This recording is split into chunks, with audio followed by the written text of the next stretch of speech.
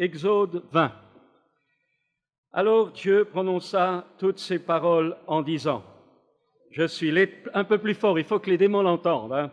Je suis l'Éternel ton Dieu, qui t'ai fait sortir du pays d'Égypte, de la maison de servitude. Tu n'auras pas d'autre Dieu devant ma face. Tu ne te feras point d'image taillée, ni de représentation quelconque des choses qui sont en haut dans les cieux, qui sont en bas sur la terre et qui sont dans les eaux plus bas que la terre.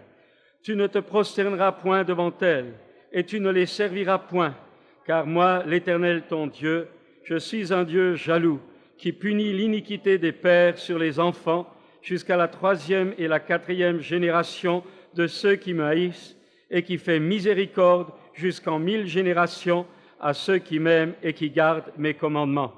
Tu ne prendras point le nom de l'Éternel ton Dieu en vain, car l'Éternel ne laissera point impuni celui qui prend son nom en vain. Souviens-toi du jour du repos pour le sanctifier. Tu travailleras 6 jours et tu feras tout ton ouvrage. Mais le 7e jour est le jour du repos de l'Éternel ton Dieu.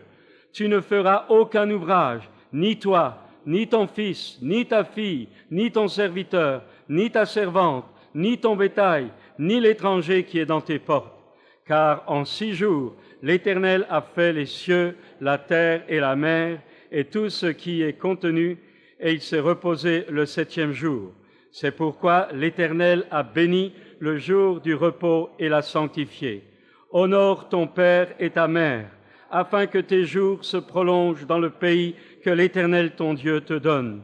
Tu ne tueras point, tu ne commettras point d'adultère, tu ne déroberas point, tu ne porteras point de faux témoignages contre ton prochain, tu ne convoiteras point la maison de ton prochain, tu ne convoiteras point la femme de ton prochain, ni son serviteur, ni sa servante, ni son bœuf, ni son âne, ni aucune chose qui appartienne à ton prochain. Seigneur, étends ta main maintenant sur nous. C'est le sang de Jésus que nous proclamons sur ce lieu, sur nos vies, sur nos pensées. C'est le sceau de Dieu, que l'onction du Saint-Esprit repose sur nous, repose, que tes anges prennent possession de ce lieu, que le ciel soit ouvert et que ta parole pénètre au plus profond des cœurs, des consciences, des raisonnements, et que toute pensée soit amenée captive à l'obéissance de Christ.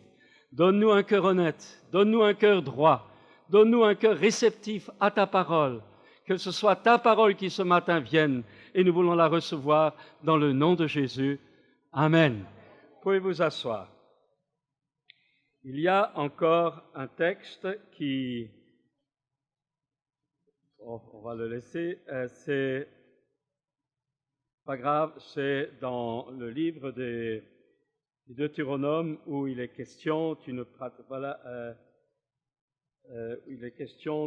point de magie, d'occultisme, etc. Voilà. Lorsque vous 18, Deutéronome 18, voilà, merci. Voilà, lorsque tu seras entré dans le pays que l'Éternel ton Dieu te donne, tu n'apprendras point à imiter les abominations de ces nations-là.